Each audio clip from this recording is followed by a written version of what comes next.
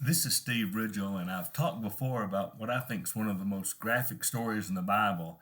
And it may not really be in the Bible, but I think it's an authentic event from Jesus' life, and that's when the woman was caught in adultery. And so, what I've been thinking about lately is you remember in all that, they bring her in, and everybody wants, it's really not about her. They're trying to trap Jesus because they say, hey, she was caught in adultery. Law says stone her. And so Jesus says, well, you're right, stone her. Then, boy, what kind of son of God are you to hate people? You don't love people. And if he says, no, don't stone her, you don't believe the law. So they thought they had him trapped. And when they're pushing him to give an answer, do we stone her, do we not stone her? Jesus bends over. Remember, he writes in the dirt. And so preachers forever, people forever have speculated about what did Jesus write. But lately I've been thinking about, and I do that too, but I've been thinking about what if some of that writing was for me? Because I've wondered what Jesus wrote. I've wondered, number one, when Jesus bent over and wrote, was he writing to himself?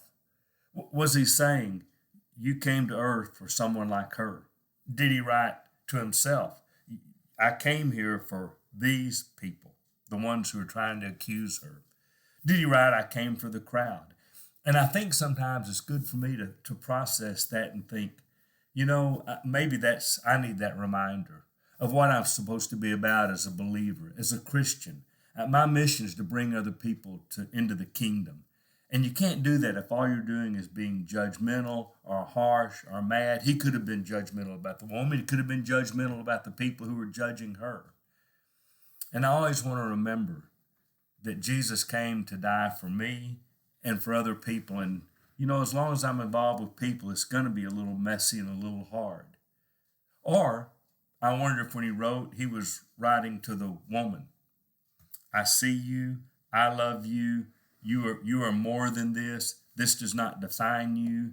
I wonder if he was writing things like that.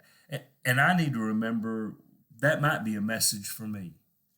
One is to remember that I'm forgiven, and that's a valuable lesson, but also to remind me that when I'm talking to people, my message is one of grace and reconciliation. My message is Jesus came to earth and died for your sins, and God raised him from the dead.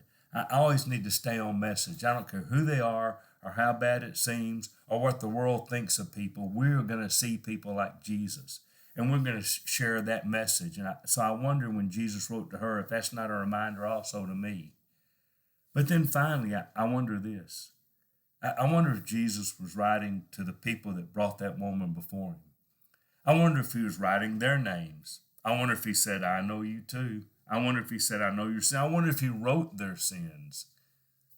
And I need to remember, what if that's a writing for me? What if that's a message for me too? To remember that I'm not in the business of judging people, that life is messy. I need to always remember God's forgiven me, and I'll never, ever cease to be grateful for what he's forgiven me for. But I need sometimes maybe to remember that but for the grace of God, when I deal with people, when I talk to people, when I work with people and they're messy and it's hard and sometimes it seems like you're not making any progress and you pray I need to keep remembering that just like Jesus said to them, hey, don't think you're above everybody else. I need to remember that. So I wonder when he was writing if in some ways that whole story isn't for Steve about loving people, about remembering what I'm supposed to be doing and remembering God's grace. And maybe those are lessons for you too.